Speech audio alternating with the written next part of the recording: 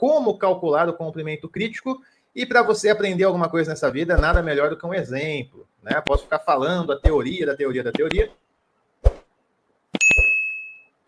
que obviamente é importante, mas posso te dar um exemplo prático, posso fazer melhor, né? Posso te dar um exemplo prático e dentro desse exemplo prático, colocar as pitadas necessárias de teoria, ok? Então essa é a nossa metodologia aqui, por isso que a gente fala de linguagem brutalmente didática, ou seja, dentro de um exemplo prático, ali eu vou abrindo alguns parênteses para colocar pitadas de teoria, nada de mais e nada de menos, né? O necessário para você entender, tá? Colocar muita informação vai dar um overflow de informação, né? Vai ter um monte de coisa na mão e não vai saber para onde andar. Colocar pouca informação, você não vai ter clareza também do porquê das coisas, né? Então é uma quantidade aí na medida para a gente avançar com essa aula aqui, beleza? Então vamos lá. Preparei aqui essa planilha. Essa planilha aqui, pessoal, nós temos aqui basicamente o seguinte esquema, né?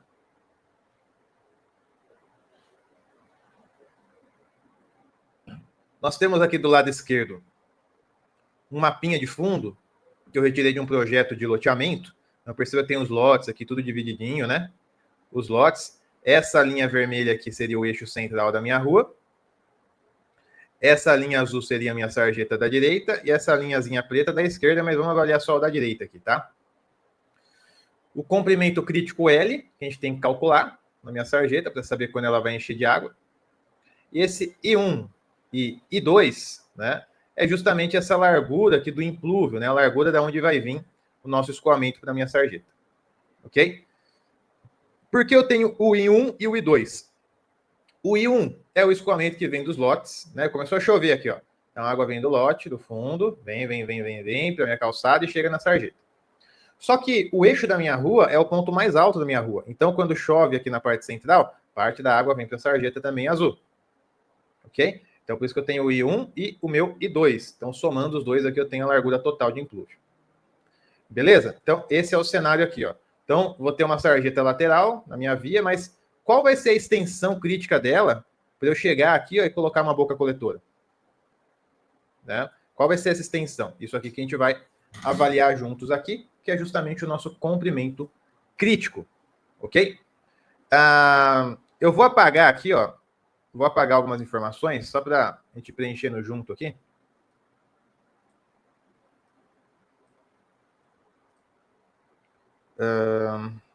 Beleza. Então, vamos lá. Vou dar um pouco de zoom aqui para vocês verem melhor. E eu tenho aqui a equação, né, para a gente calcular esse comprimento crítico, que é 3,6 vezes 10 elevado a sexta, S vezes raio hidráulico elevado a 2/3, vezes I elevado a meio, N, C, I e maiúsculo. Então, um monte de variável aqui. Tá? E a gente vai por partes para você entender todo esse processo. Bom, primeira coisa, o L vai ser o comprimento crítico que eu quero calcular. Então, ele é a nossa resposta aqui da equação. Ok? O H vai ser a altura da sarjeta. E aí nós temos um porém, né? Olha só, estamos trabalhando com essa sarjeta aqui. Ok? E essa sarjeta aqui. Essa sarjeta aqui, ela tem uma altura aqui, ó, de 18 centímetros. Deixa eu dar um zoom nela aqui. 18 centímetros. E uma largura de 50 centímetros, ok? Só que os 18 centímetros, ó, se eu for pegar aqui no limite dela, ó, já está pegando parte do pavimento da faixa de rolamento, tá vendo? Ó, se eu pegar com água aqui, ó, daqui para a direita, ó, pega parte da faixa de rolamento, certo? Então, o que eu tenho útil mesmo na minha sarjeta, sem ter essa extravasão para a faixa de rolamento, seria 12,5 centímetros, ó, que é essa altura daqui, do final da sarjeta, até o ponto mais baixo da sarjeta, 12,5 centímetros, e não 18, né? Poderia utilizar 18, já contando aqui com um evento mais crítico, passando pela faixa de rolamento? Sim, algumas prefeituras até aprovam dessa forma. Mas se a gente for avaliar só dentro da sarjeta, seria os 12,5. Ok? De altura. E a largura 50 centímetros. Então aqui, logo de cara, eu vou inserir essas duas informações. Altura, 0,125, que aqui está em metros, né? E largura, 0,50. Beleza? Então tá. Próximo ponto aqui, pessoal. Então aqui eu tenho, ó, comprimento, que a gente já viu. Altura da sarjeta. Largura. Beleza? Próximo, ó. seção de vazão. Qual que é a área aqui, ó, transversal da minha sarjeta? Vamos ver aqui. A minha sarjeta, ela tem um formato aqui, quase que um triângulo aqui, ó, né? Quase que um triângulo aqui, ok? Simplificando essa figura como um triângulo mesmo, né? Vou fazer até um... Deixa eu ver se eu faço um desenho aqui para vocês, ó. Ó, então pegando mais ou menos isso daqui, ó. Ó, teria esse triângulo aqui, tá vendo? E esse triângulo aqui, pessoal, ele tá deitadinho, né? Mas se eu colocar ele de pé, o que acontece? Eu vou ter o seguinte, vou ter uma base e vou ter uma altura, certo? Uma base e uma altura. Qual que é o cálculo da área de triângulo? Não é base vezes altura dividido por 2? Então, para eu achar a minha área disponível da minha sarjeta, eu vou fazer exatamente isso, ó. Vou calcular aqui, ó, base, que é ponto 125, vezes altura, que é meio, dividido por 2. E eu chego na minha seção de vazão de 0,03 metros quadrados. Ok? Então, é a área disponível que eu tenho na minha sarjeta, para encher ela de água aqui. Então, fiz base vezes altura dividido por 2. Beleza. Próximo ponto, perímetro hidráulico. Perímetro hidráulico. Como que nós vamos calcular esse perímetro hidráulico? Então, olha só. Vou fazer um outro desenho aqui. O perímetro hidráulico vai ser isso aqui, ó. Ih, peraí que eu baguncei o negócio aqui. Vamos de novo. O perímetro hidráulico vai ser isso daqui, ó. Daqui para cá e daqui mais ou menos até aqui, ó, que vai dar os 12,5 lá, né, de altura. Então, isso aqui é o nosso perímetro hidráulico. Ok? O perímetro vai estar em contato com o ar. Essa lateral do perímetro aqui, ó, tá? Essa altura, eu já sei que é 12,5. Ok? Sei que é 12,5. Agora, essa diagonal, eu não sei, né? Não sei quanto que é. Por isso que aqui na nossa célula, nós colocamos aqui, ó, essa equação aqui, né? Que é justamente fazendo o cálculo da hipotenusa aqui lateral, né? Então, vai ser basicamente aqui o nosso cateto adjacente ao quadrado, cateto oposto ao quadrado, ambos dentro da raiz. Certo? Então, só relembrando aqui, pessoal, deixa eu ver se eu pego um marcadorzinho aqui, ó, só para explicar essa etapa para quem não lembra, né? Vou pegar uma página em branco aqui. Então, vamos lá. Eu teria esse cenário aqui, né? Beleza? Então, aqui eu tenho que é ponto 125, que é a altura da minha sarjeta, e aqui eu tenho uma hipotenusa que eu não sei quanto é. Mas aqui eu sei também, né, nesse sentido, que eu tenho meio, ou seja, 50 centímetros. Beleza? Então, o que a gente vai fazer?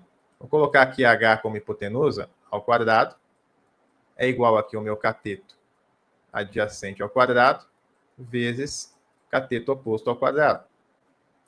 Então, meu H ao quadrado vai ser igual a 0,125 ao quadrado, vezes 0,50 ao quadrado. O meu H vai ser a raiz, né, desses mesmos valores aqui em cima, e o meu H vai ser 0,64 metros, tá? Como foi calculado aqui. Na verdade, aqui, né, não é exatamente 0,64, né? Porque ele está somando ali ainda com essa altura aqui, né? Ok? Então, estou calculando a hipotenusa. Então, a hipotenusa mais esse valorzinho aqui daria 0,64. Ok? Então, o que a gente está fazendo aqui? Ó? Justamente isso. Estou pegando a minha altura, que é 0,125, e somando com esse cálculo aqui, né? Ambos daria 0,64 metro. Tá? Então, esse perímetro aqui, ó, total, dá 0,64 metros. Beleza. Depois eu vou calcular o meu raio hidráulico. O meu raio hidráulico vai ser área dividido pelo perímetro.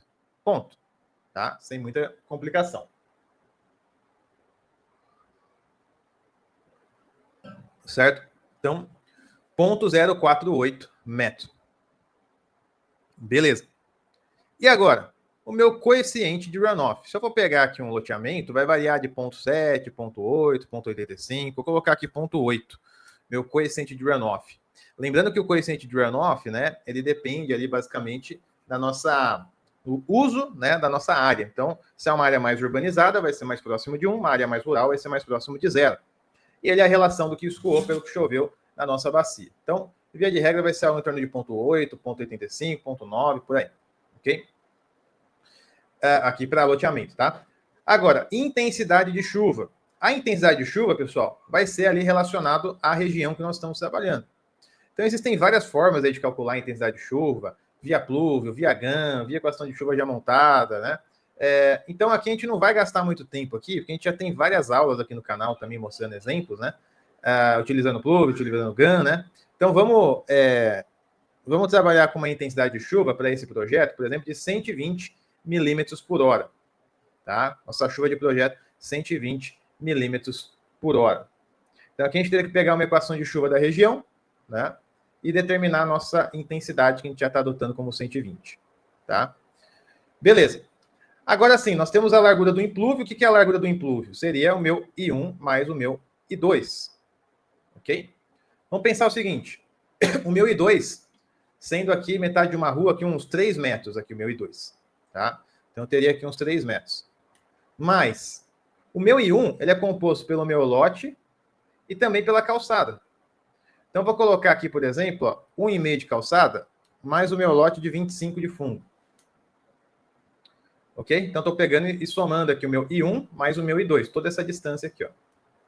Que daria algo em torno de 29,5, 29,50. Essa é a largura do meu implúvio. Declividade longitudinal. Aí eu teria que pegar na topografia, ó, esse ponto aqui e esse ponto aqui para calcular essa declividade, tá? Vamos imaginar que a declividade aqui é 1,5% da minha sarjeta, ok? Então, cada projeto vai ter uma declividade porque vai ser a topografia ou a terraplenagem do seu projeto, né? Então, basicamente, seria aqui o desnível dessa cota menos essa cota, ok? Dividido pelo comprimento que nós temos aqui. Então, declividade de 0,015, que dá 1,5%. E a rugosidade da nossa sarjeta também não vai mudar muito disso aqui, ó. 0,015, 0,016, né? Não muda muito disso. Então, vou colocar ela aqui. Feito isso, pessoal, eu tenho, então, o meu comprimento crítico, que eu posso até arredondá-lo aqui para 43 metros.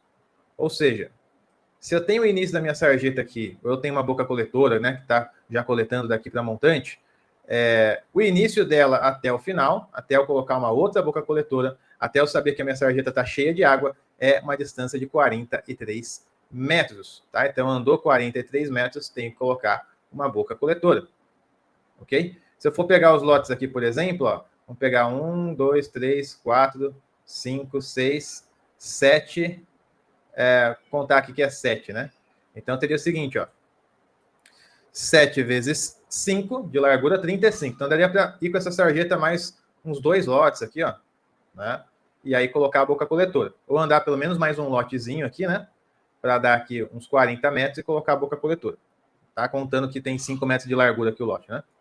Então, pessoal, o meu comprimento crítico de 43 metros, né? Onde a minha sarjeta estaria cheia de água depois dessa distância. Certo?